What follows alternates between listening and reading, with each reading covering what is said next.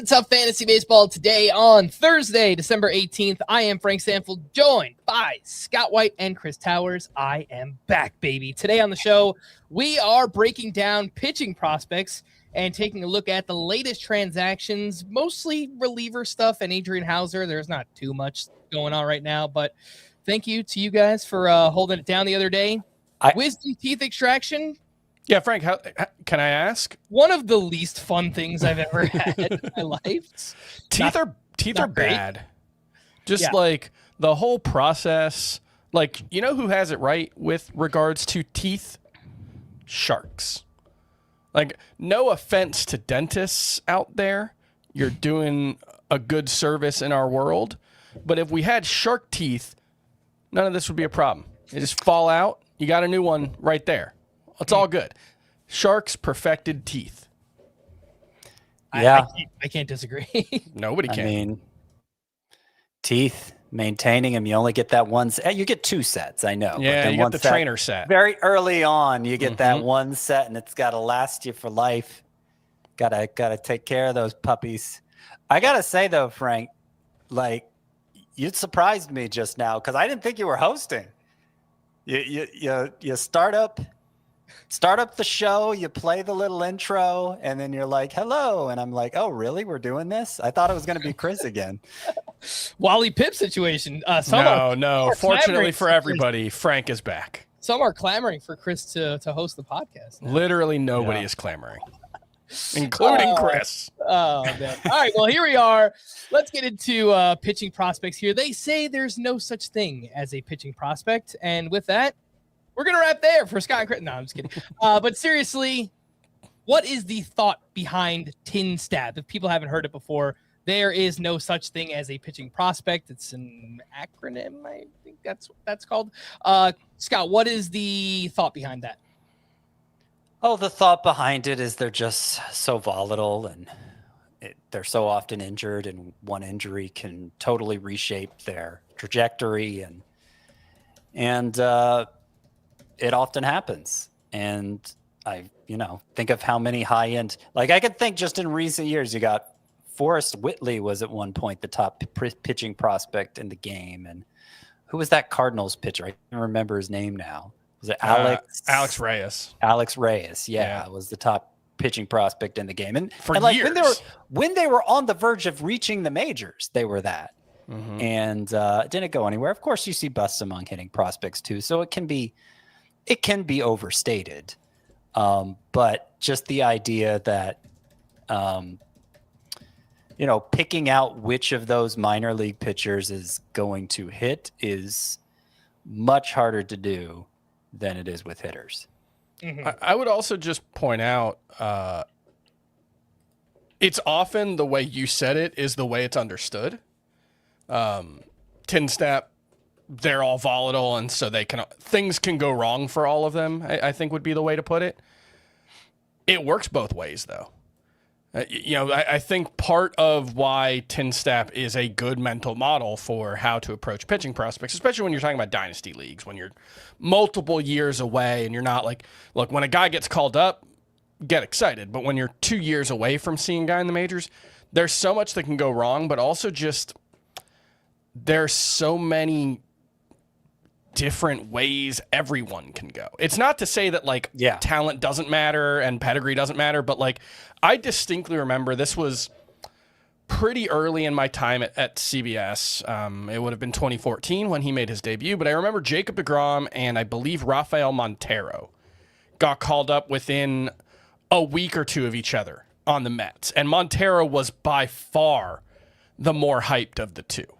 deGrom had closed the gap, but I'm looking at Baseball Prospectus's list from that year. Montero was the number 4 prospect on the Mets list. deGrom was 16. Obviously, deGrom has had a much better career than Rafael Montero, and even a couple starts in, it was clear Jacob deGrom was really good. So it's just to say that they're volatile in both ways, right? Pitching prospects come at remember, Tarek Skubal's the best pitcher in baseball. We had kind of given up on him by the time he actually figured it out. Garrett Crochet it was a joke that the White Sox made him their opening day starter in 2024. We all laughed at it. I would say it's pretty close to 50-50, just scanning through the starting pitcher rankings. Whether or not the guy was, whether or not a starting pitcher we think of as valuable in fantasy now was a high-end prospect or not. He may have been a minor leaguer of some note, but in terms of being a prospect like we generally think of the term, it's probably about 50-50. Yeah. And there's just, I mean, look, inherently, there's a lot of volatility at the position. There's a lot of injury at the position. There's just so much turnover, too, from one year to the next. Production can sway. Big names drop off. New names emerge out of nowhere. That is something that you won't see. You will see it at some other positions, but not as frequently. We don't get as many breakout prospects at other positions as we do at pitcher. I mean, seemingly names that just kind of like pop up out of nowhere, who might have been like prospects on the periphery, but then boom, out of nowhere, like Nolan McLean is one of the top pitching prospects in all of baseball, right? Like that's the way it can just happen really, really fast for a pitching prospect. So I think that's part of what goes into, like, yes, there's no such thing as a pitching prospect, but we still have to talk about them, obviously. So let's do that. Let's get into Scott's pitching prospect rankings. For, again, these are for dynasty leagues, but we will talk about some of it from a redraft perspective as well. Make sure to check out his full ranking list on the website where he ranked 30 pitching prospects heading into 2026. And number one at the top of the list is Bubba Chandler from the Pirates, 23 years old, a third-round pick back in 2021. And what a weird year for Chandler, who got off to a great start in the minors. We all think he's getting called up in May, and he just doesn't. He never gets called up, and then he starts to struggle big time. He eventually got called up late in the season, and he looked really impressive. Scott, what gives Chandler the edge over, spoiler alert, Trey Yesavage and Nolan McLean? Yeah, I think that's the top three, and you could convince me to rank them in any order, honestly. I'm going with Bubba Chandler because I think his pure stuff is the best. He has the best fastball of the three of them, and that is kind of the shorthand way to evaluate a pitcher's stuff. Is like, if you have a great fastball, you're probably going to do pretty well. Chandler, of course, has a couple of good secondaries too. So he is a well-rounded fully developed pitching prospect. I was pretty worried mid-season when he was crashing so hard at AAA that the control was terrible. His strikeout rate was suffering.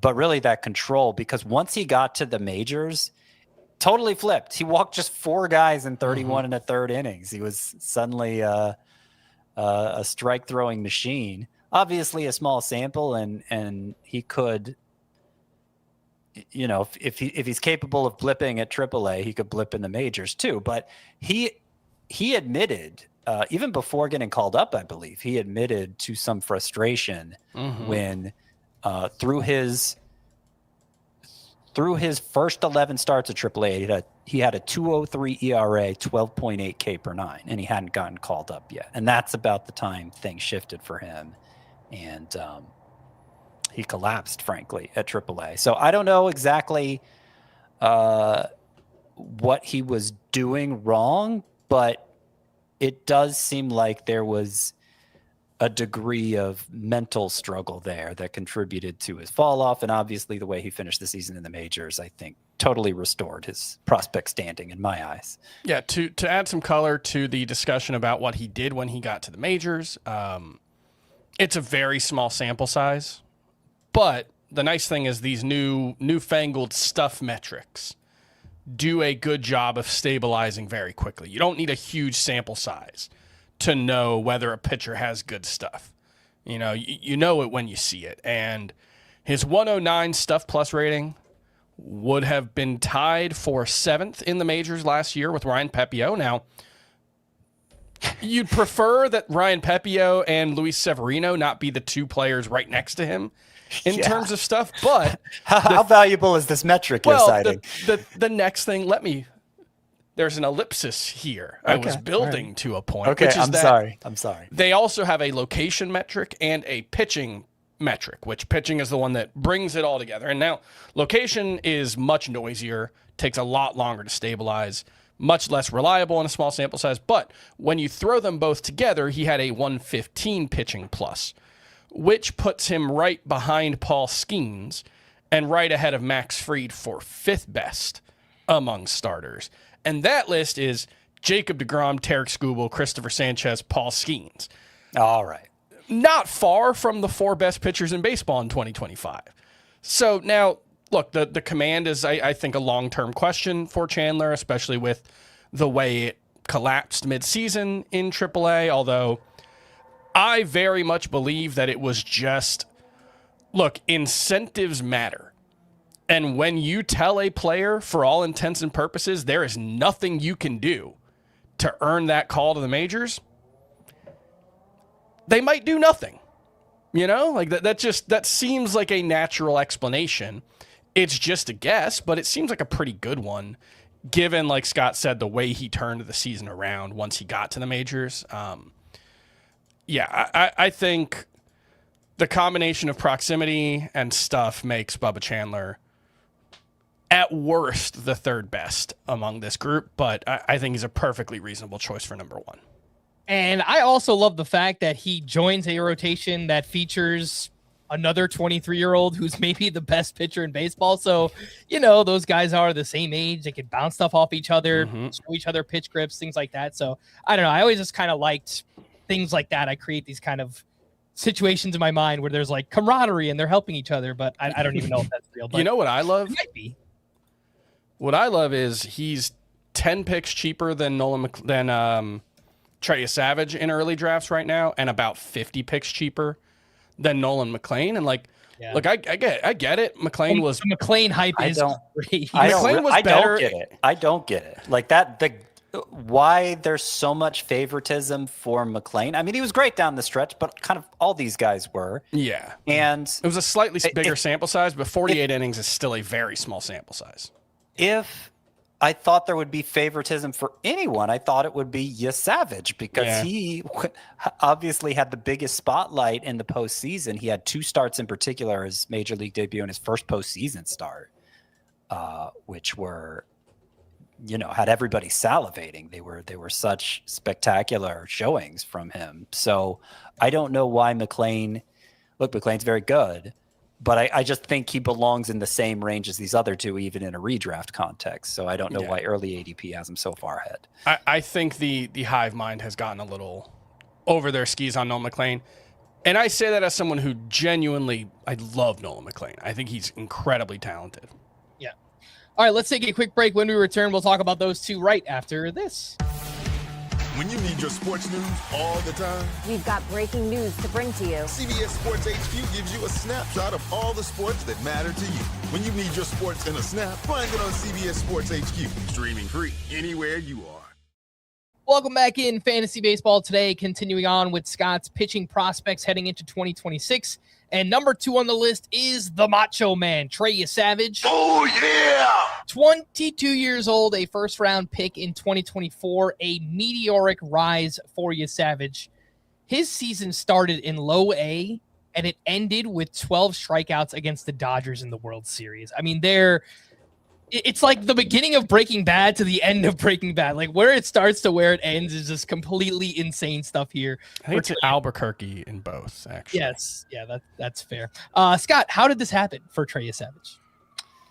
How it happened is he provides a unique look with the most over-the-top delivery in baseball. And he has perfected the splitter, which is a pitch that works very well with an over-the-top delivery like that.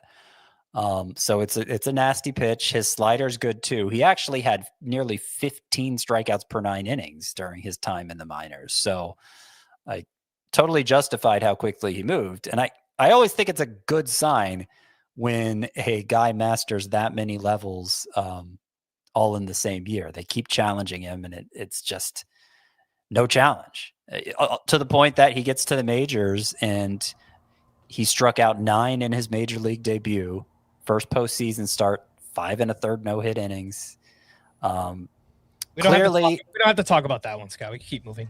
Clearly, Trey Yesavage has great stuff. Now, if you look in between those 2, probably the two biggest successes after he got promoted. If you look in between, not every start was a masterclass. He struggled with control at times. And that was an issue in the minors as well. But as quickly as he moved through the minors, you would expect there to be some on-the-job learning for Trey Yesavage. And obviously he's up to the challenge. And obviously the strikeouts are going to continue in the majors like they did in the minors. And I think for whether redraft or dynasty league, you should be very much on board with this guy. So he got called up. Yesavage did in late September. He pitched in 9 games after getting called up. So postseason and the regular season combined, 3.46 ERA, 118 WHIP, 12 K per 9. Biggest question is the control. It was 4 walks per 9 in the minors, pretty much 4 walks per 9 in that major league sample as well. But the Blue Jays say there's no cap on his innings for next season, so I would expect like 150, 160, and maybe even build off of that. So maybe even more because he had about that much last year, right? He got to 139 and 2/3 last year. Yeah, counting the postseason. He could go like 160, 170. I think Chandler, Yesavage, and McLean all have very similar workload projections for 2025 or 2026. It just kind of depends. I think they all got to about 140. I think it just kind of depends on who stays healthy and who can, pitch effectively enough to go deep into games. But I think all of them have the upside too. I have Yesavage third of this group, but in my overall rankings, which are mostly finished, at least for Roto, I have some work to do on head-to-head. I have McLean 131, so I'm a little lower than ADP. I have Chandler 135, so he's a little higher than ADP. And then Yesavage 136, again, a little higher than ADP. I would guess they're all going to be 10th or 11th round picks at least by the time spring training rolls around.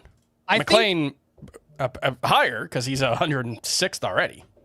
I think in a lot of redraft leagues, it's going to be kind of like the snowball effect. Like once you see McLean or whoever the first of that group is to go, you'll start to see, I guess like Chase Burns is in that group and like Mizurowski too. Although they're not. I know Chris and I put Burns a bit ahead. Yeah. Burns is a little healthier ahead of them. It's going to set off alarms. Like once someone sees those, it's just going to be like a snowball of okay. Cam Schlittler would be in that group. Yep. Jacob Mizurowski. Neither of them qualifies as a prospect anymore, but they're not far. Burns doesn't either, right? He would be number 1.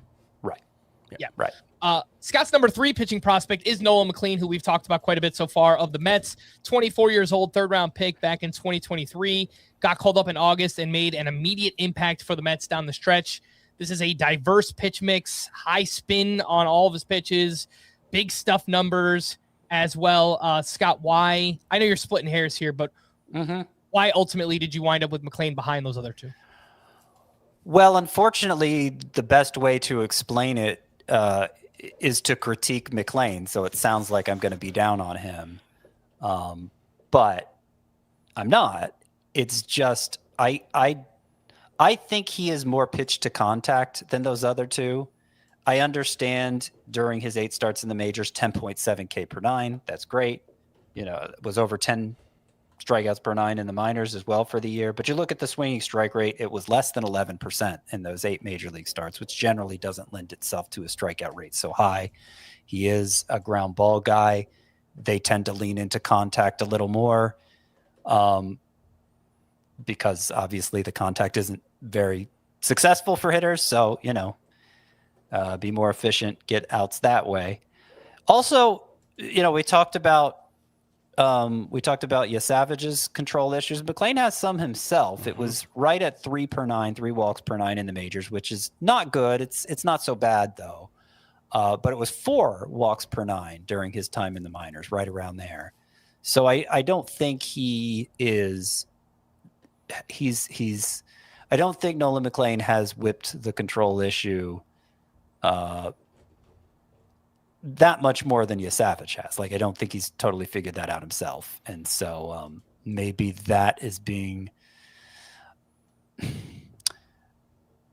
underappreciated when evaluating him. Part of the reason why he's going so much ahead of Yesavage. But as you mentioned, 6-pitch arsenal. I think that gives him a lot more wiggle room, a lot higher floor maybe than a Trey Yesavage, who's so dependent on the splitter.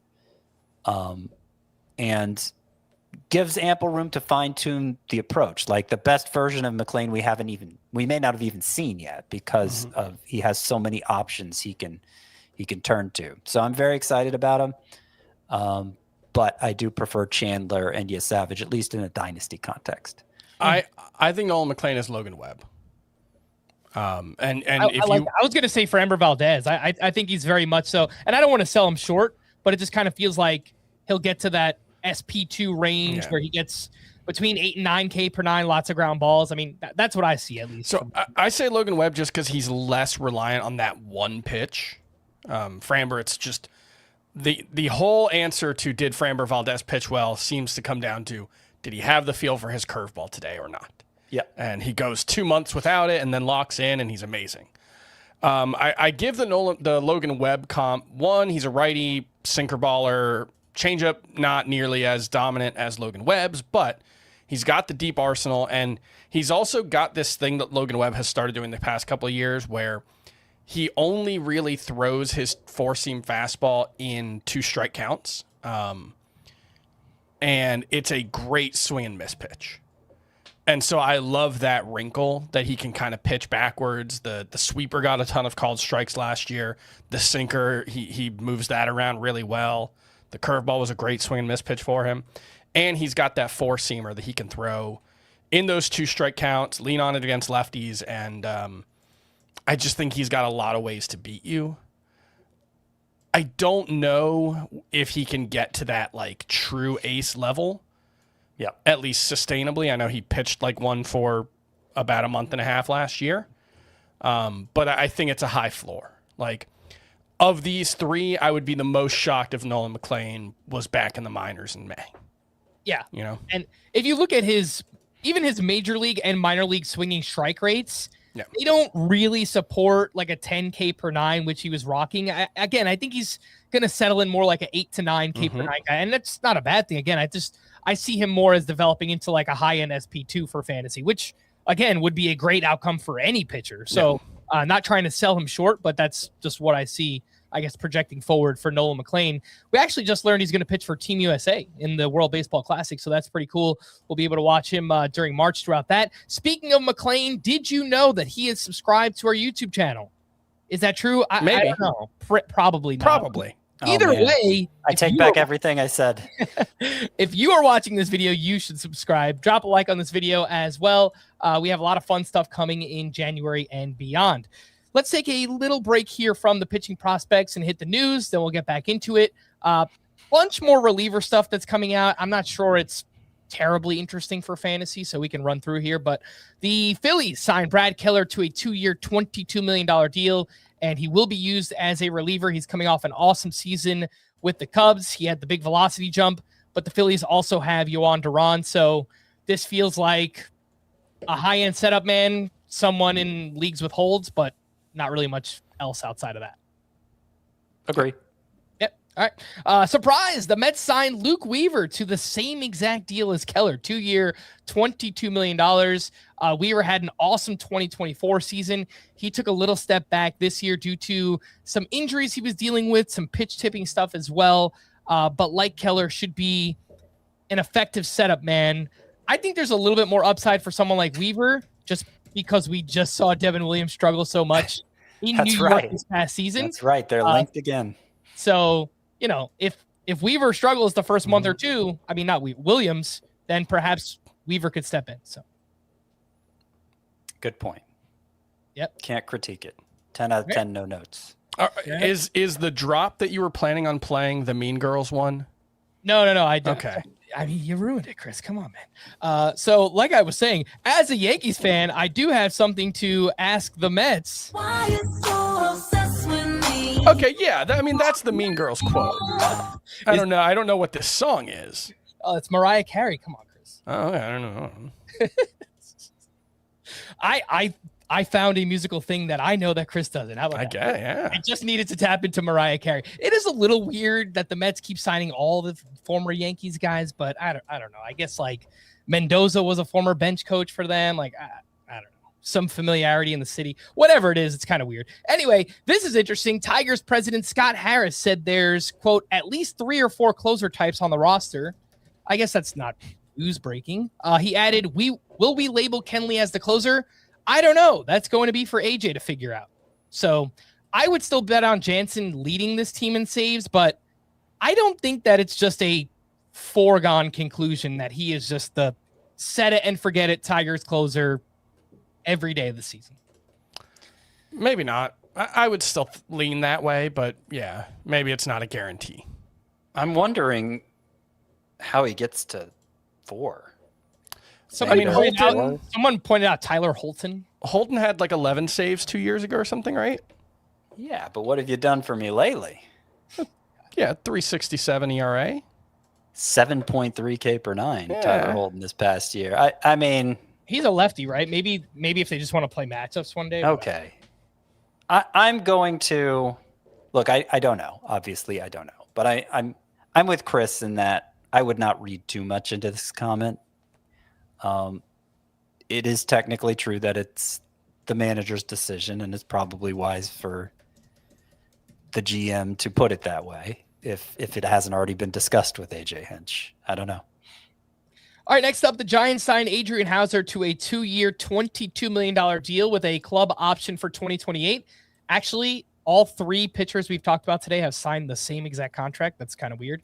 Just realized that. Hauser saw a big jump in velocity this year, and he was actually solid. My guess is he'll be a popular streamer in San Francisco. Probably not much more. Adrian Hauser.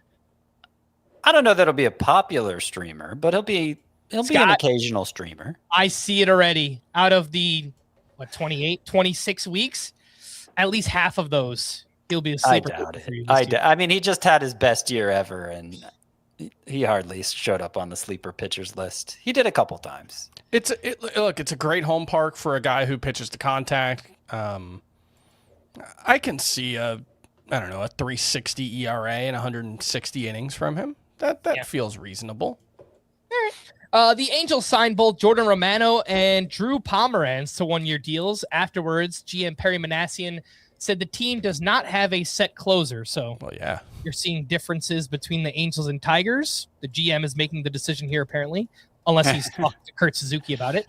So take your pick for Angels saves. There's Romano, Pomeranz, Ben Joyce, Robert Stevenson, Ryan Zefferjan. It feels so wrong to say Romano, doesn't it? Even though you know it's right. It's just like, it's like, remember Matt Diaz? Oh, yeah. Sort of situation. Yeah. Do you guys have a pick for Angel saves, or probably not? Probably not. No. I mean, it's if Robert Stevenson, I believe he had that. He looked like he was an up and coming closer when the Angels first signed him before Tommy John surgery. He had another injury last year, though, right? He returned last year, and then he ended the season on the IL with another elbow injury. Yeah. It wasn't surgery, but it was like renewed soreness. And Ben Joyce is coming back from shoulder surgery, I think. And he's never been good. I would really prefer not to have to roster an Angels closer until I see someone get a save. Fair. Chris Martin signed a 1-year deal to return to the Rangers. Their bullpen feels wide open right now as well. There's still Robert Garcia there. There's Chris Martin. They signed Alexis Diaz to a 1-year deal. Maybe Emiliano Teodo finally gets a chance, although he was hurt and very bad this past season. So I don't know. That feels like a good landing spot for Pete Fairbanks, but the Rangers are also trying to cut salary. So I don't know if that's going to happen for them. So we'll see. We will see, but he is out there. And so some of these teams with unclear closer situations, that is one possible solution. The Nationals are signing pitcher Foster Griffin to a 1-year, $5.5 million deal. He's 30 years old, a former first-round pick way back in 2014. He spent a few years in the majors, then he went over to Japan. And coming off a pretty strong season, any interest in Foster Griffin as a deep league flyer for next season? I mean, not really. The number of interesting starting pitchers is so long that I think he gets pushed out for most league contexts. Like Cody Ponce is definitely more interesting, just kind of lumping Foster Griffin in with the other pitchers who've signed out of East Asia. I would put him closer to, with the ground ball skills. I would put him. Probably put him third on that list, behind Ponce and Anthony Kay. That's like Griffin seems the closest to Kay, but he hasn't. He's had some durability issues over the past couple years. They're both more like ground ball and not so big on missing bats. And so I think it's unlikely they'll be impact pitchers in fantasy, but they could be streamable at times. Definitely adding Foster Griffin to my list for the 24 team Scott White Dynasty League draft. All right, there you go. 24 teams. Yeah. Dave Dombrowski said the Phillies plan to have Brandon Marsh, Justin Crawford, and Adolis Garcia as their primary outfielders in 2026. So it sounds like it's Crawford's job to lose. You guys spoke about him the other day. He's a very interesting option, at least in category leagues. Last season in the minors, hit .334 with 46 steals in AAA. His early ADP, Justin Crawford, is .458 as the 81st outfielder off the board. And after a report like this, I think he probably moves up closer to 300. So he should. Names like Dylan Beavers, Jung-Hoo Lee, Cedric Mullins, guys like that. I think he drafted in even 12-team roto leagues. It's still not a certainty he's going to have the job, but even if the Phillies don't make any other moves, I presume he'll have to win the job. But that Dombrowski has now said it twice now this offseason, and he said it after they've made some moves, adding Adolis Garcia to the outfield. I think really underscores just how much he wants it to happen. And Crawford is very interesting. I think you can think of him in terms of what he could be in fantasy, similar to Chandler Simpson and Xavier Edwards, who we've seen break in the last 2 years. Somebody who can help in batting average and especially in stolen bases. But I think the actual hitting ability there, like certainly how hard Justin Crawford impacts the ball, gives him a higher ceiling than those two, gives him another layer of potential to unlock. Will he do it as a rookie? Hard to say. Will they be able to tolerate his defense in center field? I think that's a fair question as well. But when you're talking about the 300th player off the board, or even a little before that, definitely the upside is worth the gamble at that point. The Red Sox preferred position for Christian Campbell is left field. That might explain why we keep hearing Jarren Duran's name come up as a trade possibility. They already have too many outfielders without counting Christian Campbell in the outfield, so it's just a tough math equation right now for the Red Sox. My guess is they will make at least one more trade this offseason. Rays president Eric Neander said Steven Matz will be given a chance to open the season in the rotation, so could be bad news for Ian Seymour, or the Rays could try a six-man rotation, or it's insurance for Shane McClanahan, who we have no idea about, or they plan to trade one of these names. I've seen some like Shane Boz rumors. Basically, we just don't know right now. Do you guys have any feel for the Rays rotation? No, I mean, being given a chance to win a rotation spot doesn't mean it's going to happen. True. And they're a team that likes to space out its starters at times. So even if it's more of a swingman role for Matz, you can understand why they're bringing up this possibility. But I don't think Matz is going to matter much for fantasy either way, and I don't think he's going to take a job away from somebody who matters more. I would also just point out that McClanahan, I believe, came to an agreement on a new contract today that pays him the same amount that he made the previous 2 seasons when he wasn't pitching, which I think tells us something about the expectations. He's under team control, so it's not like he had a ton of bargaining power either, but it's a $3.6 million deal, I think. So I don't think the Rays are like counting on it right now. Yeah, that's fair. Let's take our final break. When we return, we'll power through some more pitching prospects right after this. This is European soccer's biggest stage. Written in the stars. What a difference she has made. The question is, can you handle it? Can you handle it? The crowd here feels electric. Stream every match of the UEFA Women's Champions League on Paramount Plus. Welcome back in Fantasy Baseball. Today, we left off with Scott's top 3 pitching prospects. That was Bubba Chandler, Trey Yesavage, and Nolan McLean. We move on to number 4, Thomas White of the Marlins. He's 21 years old. Say that name again. Thomas White? Okay. What? Sounded like you said wait. Wait? Yeah. Yeah. And White. since we share a last name, Thomas and I just wanted to make that clear. Crystal clear. 21 years old, Scott. He could be like a nephew, long lost son, something like that. It's the age lines up. No, I don't know. Anywho, again, he's 21 years old, big old lefty at 6'5". He pitched at 3 different levels last year. Got 2 starts in at AAA. Tons of strikeouts. Questions about control. But Chris, as we know, with your Marlins, we almost just expect their pitching prospects to work out at this point. Yeah, I think they've definitely earned the benefit of the doubt, and Thomas White has just massive stuff.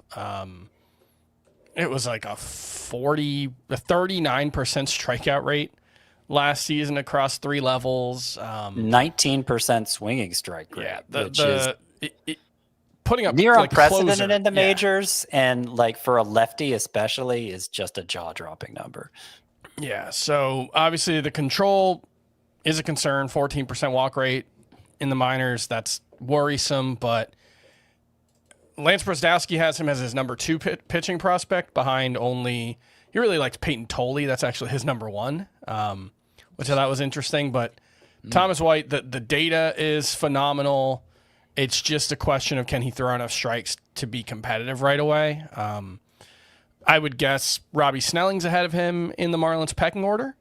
And he's a somewhat interesting pitching prospect in his own right. I don't know if he makes the top 25, but pitching prospects. Yeah. Oh, we're going to talk. I have him 8. Okay. He had a phenomenal season. But Thomas White is, I think, on a different level in terms of stuff. And it's just, if he comes out in spring training and is throwing strikes, I don't think he makes the team, but we're going to get a couple of articles that he's making the decision tough, I think. Yep. All right, let's move on to the number 5 pitching prospect. That is Andrew Painter from the Phillies. He's 22 years old, first-round pick back in 2021. We've heard his name for years now, and he actually looked set to make the Phillies rotation back in 2022, 2023 as a 19-year-old, and then he got hurt. He eventually got Tommy John surgery. He missed all of 2024. He returned last year. He wasn't the same. 5.26 ERA, 149 WHIP. Scott, you ranked Painter 5th, so yeah, that means you have some level of confidence that he's going to get back on track. Why is that? Well, I originally had him several spots lower than this, and I just couldn't find justification to move him up. But I noticed, all the other rank lists, all the scouting reports, they still seem bullish on him. They still seem like they were giving him a pass for what was a dreadful year with a 5.26 ERA. Of course, he was coming back for Tommy John surgery, but still, that started in the Arizona Fall League in 2024. So he had enough time to kind of get past that, at least in theory. And the expectation was Painter would be up contributing to the major league club by midseason. And obviously the performance just didn't justify it. So I was having trouble getting those two ideas to sync up, that, okay, Painter was awful, and yet everyone still seems to like him. So what am I missing?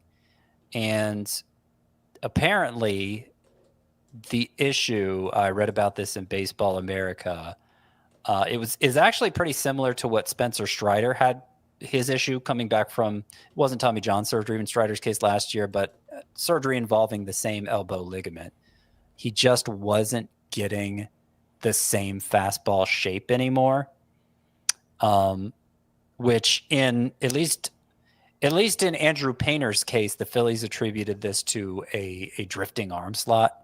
He kind of lost his arm slot coming back from Tommy John surgery, which makes sense. I mean, it's the sort of thing that, as complicated as pitching mechanics are, getting that just right again after so much time off, after so much rehabilitation, it's not push button. Like you could see how that could get messed up. And if the Phillies feel like they understand the nature of the problem, then that gives them a leg up in fixing it. And I think that's a big reason why there's still so much enthusiasm for Painter in spite of the dreadful season.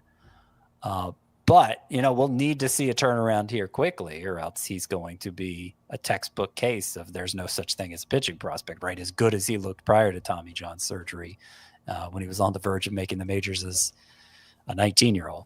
Yeah, I'm looking at a Fangraphs, their top 100 prospects for the end of the season update, and they've got a pretty in-depth look at his mechanics, and it looks like he's like tilting less as he's throwing, and it's brought the arm slot down.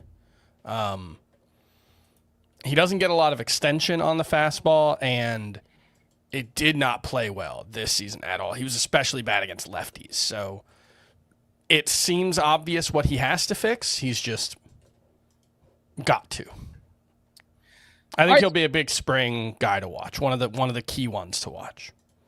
The number 6 pitching prospect is Kade Anderson of the Mariners, 21 years old, 3rd overall pick in this year's draft, and he fell right into the Mariners' lap. He hasn't pitched yet in the minors, but it's a strong fastball from the left-hand side, potentially 3+ secondaries here as well. Scott, this just feels like a match made in heaven for Kade Anderson. Any chance we see him in 2026? I can't rule it out, because what really sets Kade Anderson apart is polish and pitchability. So it's going to be a question of how much of a workload the Mariners want him to take on. Question of performance too, but I'm less like I think he'll perform well in the minors. I don't know that the upside is as high as some of the other pitchers taken in the same draft. I think it's very high, but I think the floor is so much higher, and also the upside is good for Kade Anderson. All right, number 7 is Jonah Tong from the Mets. He's 22 years old, 7th round pick in 2022, but has really built his value up over the past couple of years. Incredible minor league numbers. He got called up late in the season, but it looked like he wasn't ready. He had some rough outings. He looked a little scared at times too. He also just has like this baby face. He kind of just looks like a child. I wanted to give him a hug and comfort him in times of need there. But Scott, what did you see from Jonah Tong? Is there potentially a slight buying window here? Because all we've seen in the majors in a very small sample is struggles. But if you still trust him to get back on track, maybe there is a slight buying window for Jonah Tong. I mean, it honestly come down to the price. I'm kind of concerned about Jonah Tong. I found him, other than Andrew Painter, to be the most difficult of these pitching prospects to rank, because he was the most dominant pitcher in the minors last year, 143 ERA, .92 WHIP, and 41% strikeout rate. Yeah, just a ridiculous strikeout rate. He was. I want to say Jonah Tong and Trey Yesavage were 1 and 2. Though I may be forgetting somebody. But just a next level bat misser in the minors was Jonah Tong. And then he got to the majors and nothing close to that. And unlike Yesavage, who of course has that great splitter, Tong, the reason I'm comparing them to, not just the strikeout rate, but they have Tong's right there in terms of the very over the top delivery, but it was, his success is more tied to the fastball, which gets incredible ride with that over-the-top delivery. And in the majors, I got crushed. And so I'm a little worried it's a gimmick that isn't going to work at the highest level. It's too early to say that, of course, but initial returns were very disappointing. And I don't know if I could see being on the buying or selling end on Jonah Tong, just depending on what's being offered. But for now, I'm going to keep him 7th among pitching prospects. He is free in drafts right now.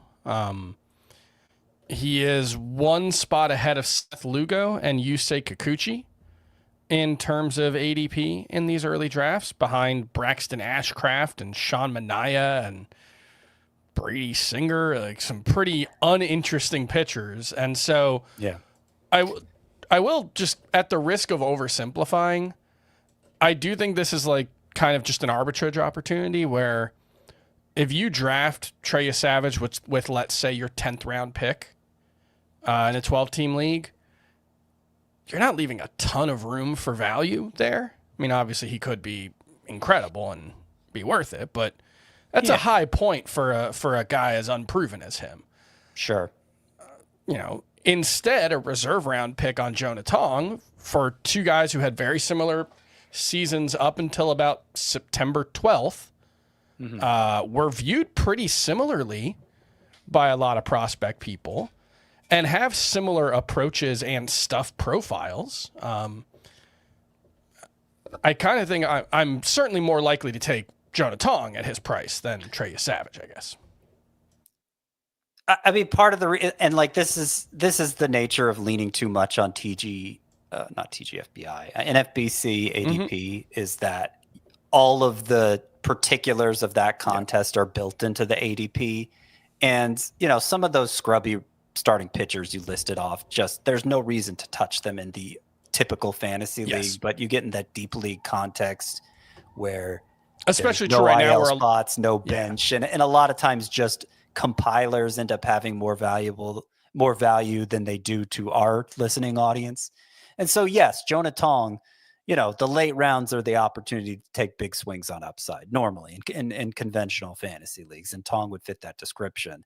I think what makes it a little harder in his case is I don't expect him to make the Mets opening day roster. So it'll depend how your particular league setup. It's going to depend how much you can withstand just planting a stash on the bench like that.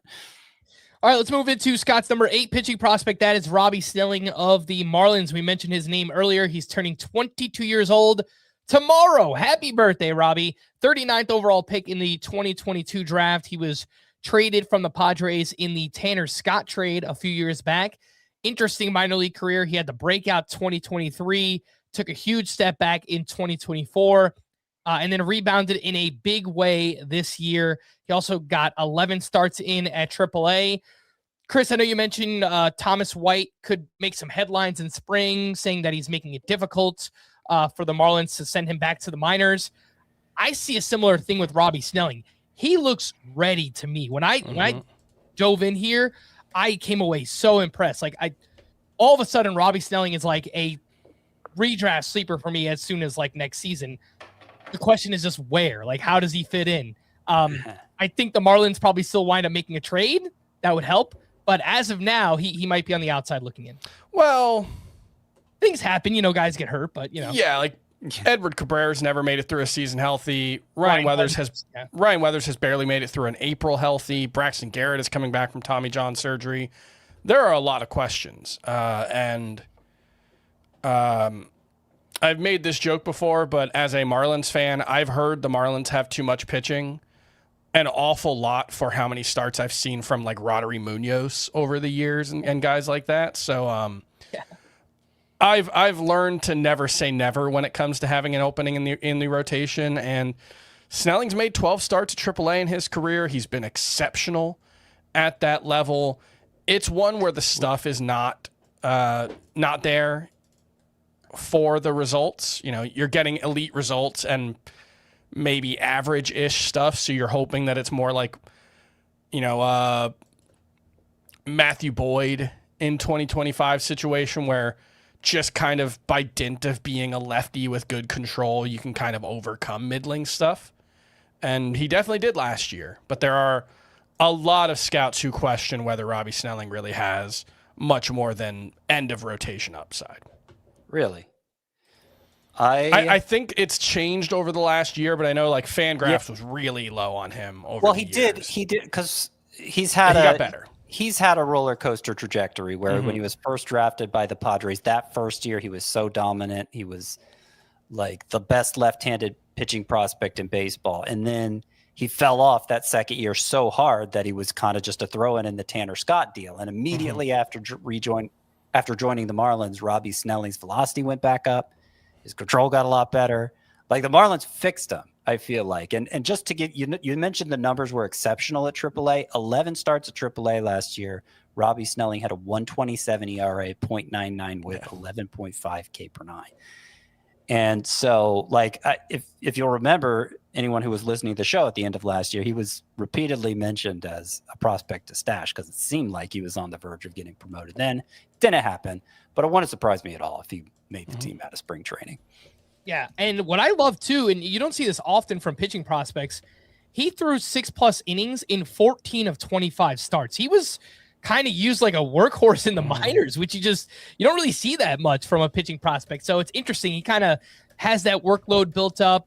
Maybe there are questions about the stuff, but I looked into whiff rates on individual pitches. Like, the fastball had a 36% whiff rate in the minors, the curve 43%, the changeup 29% is not amazing, but I think it's kind of workable. So I am in. I was very impressed once I dug in there on Robby Snelling. Scott, let me throw two names your way, both a little bit further away here. Number 9 and 10, you have Seth Hernandez of the Pirates and Ryan Sloan of the Mariners. Seth Hernandez, 19 years old, 6th overall pick in this year's draft. The old prep pitching prospect. It's probably the hardest evaluation of all prospects. He's so far away. It's so hard to project that far out. But, I mean, he has everything you can ask for in a pitching prospect. And then Ryan Sloan, another product here of the Mariners pitching factory. Maybe not. I mean, I'm probably selling him short there. Like, he might have just been amazing already, but a big projectable body for Ryan Sloan. He's got a legit 3-pitch mix, awesome season in the minors. The biggest thing, Scott, is that these two names are just really far away, Seth Hernandez and Ryan Sloan. Yeah, Hernandez, being that he was drafted out of high school and hasn't appeared in a minor league game yet, and just the number of fake outs we've seen from that exact profile over the years, like, oh yeah, he was supposed to be the best pitcher in high school. Who is rostering Noble Meyer in the scout exactly. Noble Meyer's a perfect example, and he went to an organization that's good at developing pitchers. But there have been so many examples of this. But Hernandez, I mean, he's touching triple digits as an 18-year-old, and his changeup is a 70 grade according to Baseball America. It's all theoretical, but it's so enticing that I couldn't resist putting Seth Hernandez this high. Also, great control, like 4 pitches that all rate as plus supposedly. Just seems so far beyond the typical high school pitcher in terms of skill and development that I'm excited about Seth Hernandez. It'll take a few years for him to reach the majors, though. Sloan, I mean, you can give the Mariners credit for identifying pitching talent, if nothing else, because he was another example. Drafted out of high school last year and got some early praise, but you know what? Would he really live up to it? He did. And his first real look in the minors. The strikeouts were more good than great, but that's really because he was so efficient, I think. Workhorse build, easy velocity, well-developed secondaries for somebody so young. Just as safe of a bet as it gets for a pitcher this far down the organizational ladder. I think Ryan Sloan is going to be one we mention as a top pitching prospect for the next couple years. Scott's number 11 pitching prospect is Payton Tolle of the Red Sox. Chris, you mentioned this earlier. Lance Brazdowski, who is a pitching savant, has Tolle ranked as his number 1 pitching prospect. That was as of late September. Perhaps it's changed, but probably not. Payton Tolle, 23 years old, 2nd-round pick in 2024. The man who was born to pitch in Boston. I mean, if there was ever a player that just looked like a Red Sox, it is Payton Tolle. Huge fastball from the left-hand side.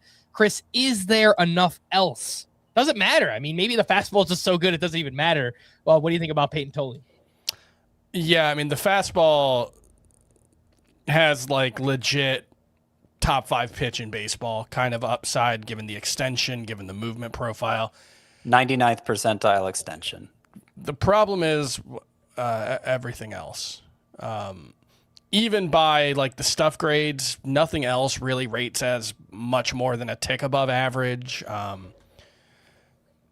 We saw him in the majors, and it didn't go super great. I like him a lot. I think I like Connolly early a little more just based on what he showed at the major league level, but I think Payton Tolle probably has higher ceiling outcomes. It's just, can man live on fastballs alone? And if not, we've seen like Bryce Miller and a couple other guys have to make that adjustment. And in this modern era, guys Bryce Miller's a perfect example. He was throwing 75% fastballs his first 2 months in the majors. Now he's like a 6-pitch pitcher. The Red Sox have a smart organization that has developed pitchers really well, including Tolle and Connolly early and a couple others. So I think it's a decent bet to make. The problem is, at least for 2026, is I don't know if the role is there for Payton Tolle, at least to start. But when that's the biggest question, like I said earlier, these things tend to figure themselves out. He is currently being pushed out of the rotation by Cutter Crawford and Patrick Sandoval. Yeah. Would not take much for either of those guys to lose a job. Tanner Houck's also around. Obviously, Connolly Early is also around. But yeah, Connolly Early's in that rotation. I think it's fair to assume, despite what roster resource shows. So that's at least 4 you can slot in ahead of Payton Tolle. And they presumably still like Kyle Harrison. They have a couple guys that they might turn to before Payton Tolle just for option and roster reasons, and free agency isn't over yet, And he could have on a different team, right? Sure. Yeah. They've been the team linked to Ketel Marte the most, and the D-backs need pitching. So, Yeah. I mean, that is a pretty clear match right there. But again, just for the sake of it, Payton Tolle needs to remain a Red Sox. I can't reiterate that enough. He is the guy. He is a Red Sox player. So I hope he stays. I could see Payton Tolle having, with a fastball that good, I said earlier when I was talking about Bubba Chandler, an elite fastball is I think the best single indicator of upside. And Tolle has it. I mean, that thing looks like it's launched off a ramp, the amount of wicked movement it gets. And so I could see him having this Garrett Crochet-like explosion where he's not showing much of anything, and then all of a sudden it clicks and he takes off and becomes an ace. It's just what other prospect are you willing to sacrifice to bet on that? And for me, Tolle comes out 11th among pitchers. All right, let's move on to 2 more names, Scott. I'm going to throw your way. 12 and 13, you have Liam Doyle of the Cardinals and Jamie Arnold of the Athletics. 2 names that were both drafted in this year's draft. Doyle 5th overall, Jamie Arnold 11th overall. Doyle, lefty with a big fastball that he uses a lot. It's also an unorthodox delivery, so there's definitely some questions here, reliever risk, things like that with Liam Doyle. Jamie Arnold, mid-90s fastball. He's got a big old sweeper also from the left-hand side. The A's not exactly known for pitching development. So, Scott, what do you have on Liam Doyle and Jamie Arnold? Yeah, a couple of exciting lefties for the strikeout potential they offer. Doyle, it's funny. I remember, I think it was just last year, Chris was pointed out how rare it is for a left-hander to feature a splitter, and then more and more keep popping up. Now. When Imanaga came over, he was kind of the first one. Doyle features a splitter prominently as a lefty, and so that gives him a unique look. But also the fastball has 75 grade from MLB Pipeline, a 70 grade from Baseball America. Just perfect. Just the kind of shape it has is perfect for the modern game. And, other than some questions the delivery raises, I think there's every reason to think Doyle's on a starter trajectory and offers a lot of upside. Arnold earns Chris Sale comparisons. Jamie Arnold of the Athletics, he earns Chris Sale comparisons, which I think is true for any left-hander whose arm drops below his shoulder on his delivery. It's kind of an overused comp. But he also has a slider with ridiculous horizontal movement. So kind of that same pitch selection that Chris Sale offers. It's an uncomfortable look for hitters. It's a lot of strikeout upside. Obviously, another example of a guy who was drafted last year and hasn't made his minor league debut yet. So we'll know a lot more about Jamie Arnold when that happens, but early reports are promising and speak especially to his strikeout potential. And the last two names we'll talk about here, numbers 14 and 15, we have Noah Schultz of the White Sox and Jarlin Susana of the Nationals. Schultz, 22 years old, first-round pick back in 2022. He is a huge lefty, 6'10". He's got a strong sinker, a disgusting slider, lots of walks in the minors. And for Susana, he's 21 years old, came over from the Padres in the Juan Soto trade way back in 2022. He is armed with a big fastball, maybe the best slider in the minors, has huge strikeout upside, had a 13 strikeout outing at AA this year, but also big questions about his control as well. So, Chris, I like that detail about Jarlin Susana coming over in the Juan Soto trade, as if that hasn't already paid off enough for the Nationals. Jesus. You know, I say that, but they haven't been good since. You know, they get James Wood and C.J. Abrams and Mackenzie Gore, and now Jarlin. Now they might be Susana. selling Abrams and Mackenzie Gore. They might. Yeah, they're like kind of starting over again with a whole new regime there. But Chris, I guess two very different pitchers in terms of like one lefty, one righty. They're both big dudes, but when you look at it, like lots of strikeouts, but also lots of walks between these two. Any thoughts on Noah Schultz and Jarlin Susana? Yeah, well, they both missed time last year, so you're not going to get a ton of innings out of them. Schultz was 73 innings last year, Susana 56. Susana's injury, the more concerning of the two. He missed, I think, 2 months with a UCL sprain in his elbow. Yeah, May through July with a grade 1 sprain in his UCL. Came back better than ever from that injury. Like he was getting double-digit strikeouts left and right, but then he tore a lat muscle to injury, which is also a pretty significant injury. Gigantic strikeout stuff, 39%. He regularly sits around 100 miles an hour, sat 99.6 miles an hour last season. The slider is a great pitch. He took a big step forward in 2024 with his control and then took a big step backwards in 2025, got back to 14% walk rate in 2025. So I think Jarlin Susana is among the most high variance pitching prospects in the world. You can easily see some ace level outcomes. I think he might be the pitcher on this list least likely to have a major league career of any worth, just because the two red flags on him are gigantic. The ability to stay healthy and the ability to throw strikes. Schultz also has those concerns, but his issue this year was a knee injury. And that is a little less concerning in the long run. He's got like you said, he's 6'10".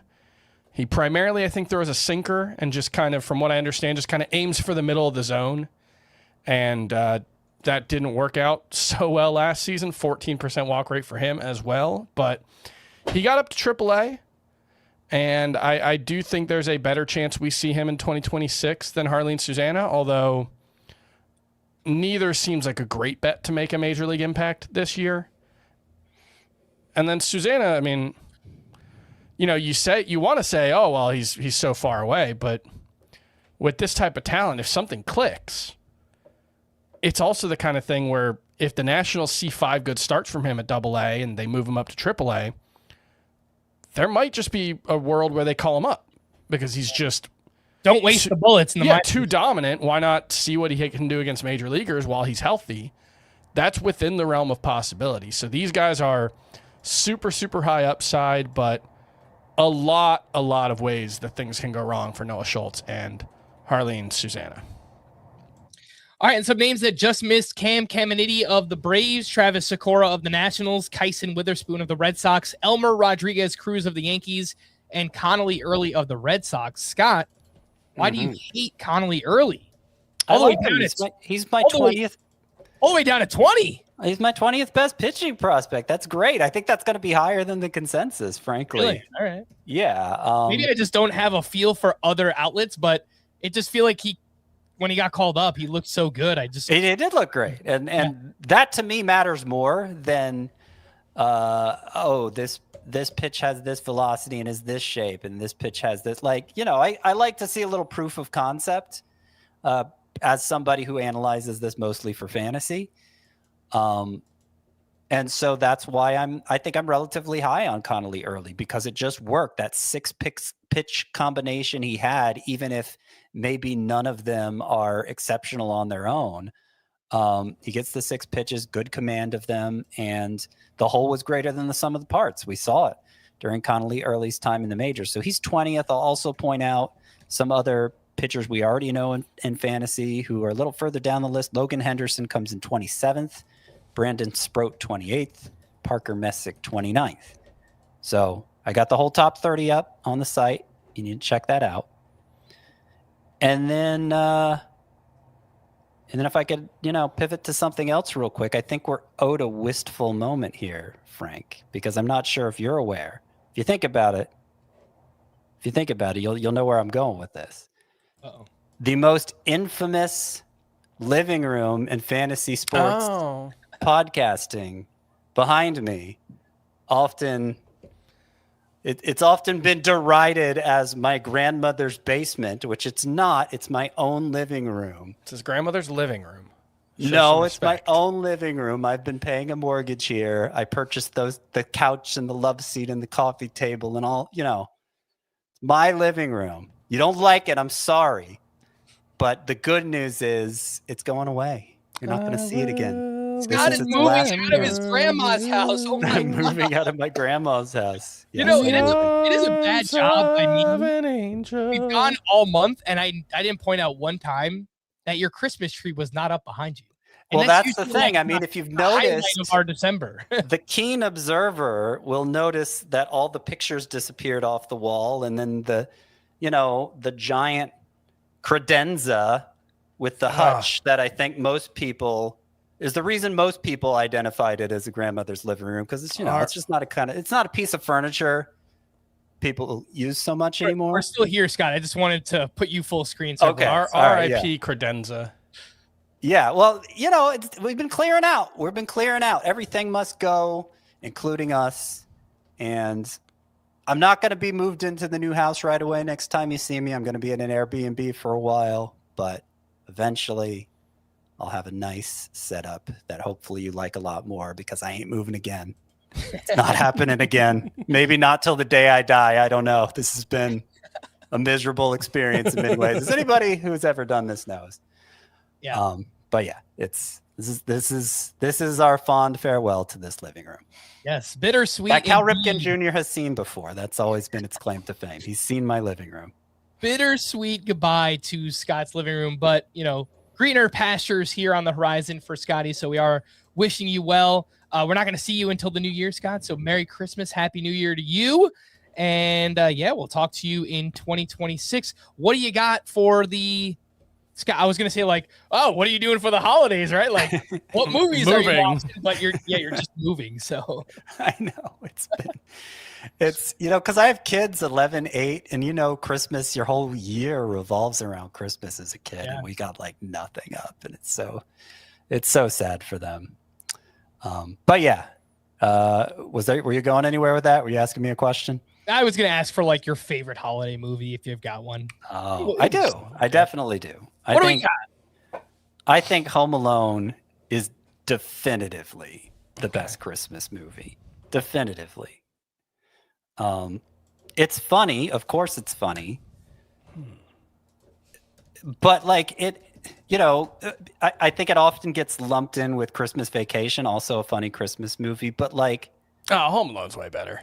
It has an actual Christmas message. Home Alone does. Christmas Vacation's kind of a depressing message, right? When there's actual growth in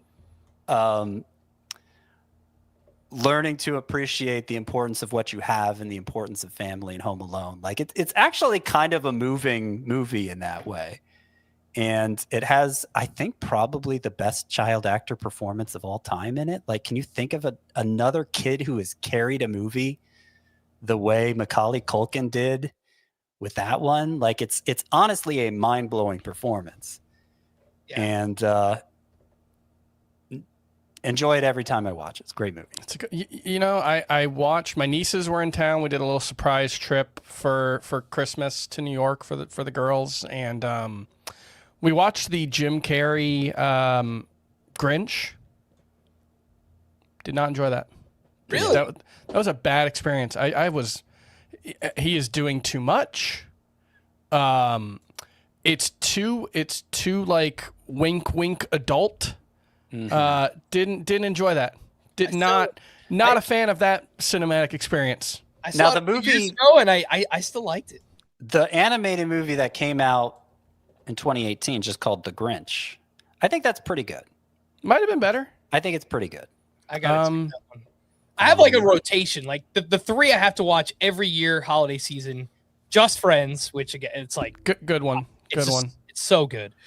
Just Friends, Die Hard, and 8 Crazy Nights, which is 8 Crazy Nights is great. So I mean, Die Hard obviously great. Adam Sandler. You know, I've got to go Adam Sandler. But Nightmare Before Christmas, I love. Incredible music. I also watch all the Office Christmas episodes. I've already done that. that is actually like night one of my wisdom teeth being out. I watched all the Office Christmas episodes. My actual Christmas traditions are Charlie Brown Christmas. Love it. Love Peanuts. Love that sad little bald kid. And two, all the Community Christmas episodes are phenomenal, but especially Abed's Uncontrollable Christmas. One of my favorites. Love it. Great message, which is that if you lose your mind and imagine the world to be a stop-motion animated movie, you just need the power of friendship to help you. It's a great message. Shout out to the Brooklyn Nine-Nine Yippee Kayak episode as well. That is a great. That's a good one. That's a good one as well. All right, Scotty. So we'll see you in 2026. Good luck, my friend. Merry Christmas. Happy New Year to you. And to all listening, Chris and I will still be back for the next couple of weeks doing podcasts in the meantime. Obviously, like not on Christmas or anything, but yeah, you'll still have a bunch of content in your FBT feed. We're going to wrap there for Scott and Chris. I am Frank. Thanks as always for tuning in to Fantasy Baseball Today. Please make sure to follow and leave a 5-star rating on Apple or Spotify, and we will be back again next week. Bye-bye.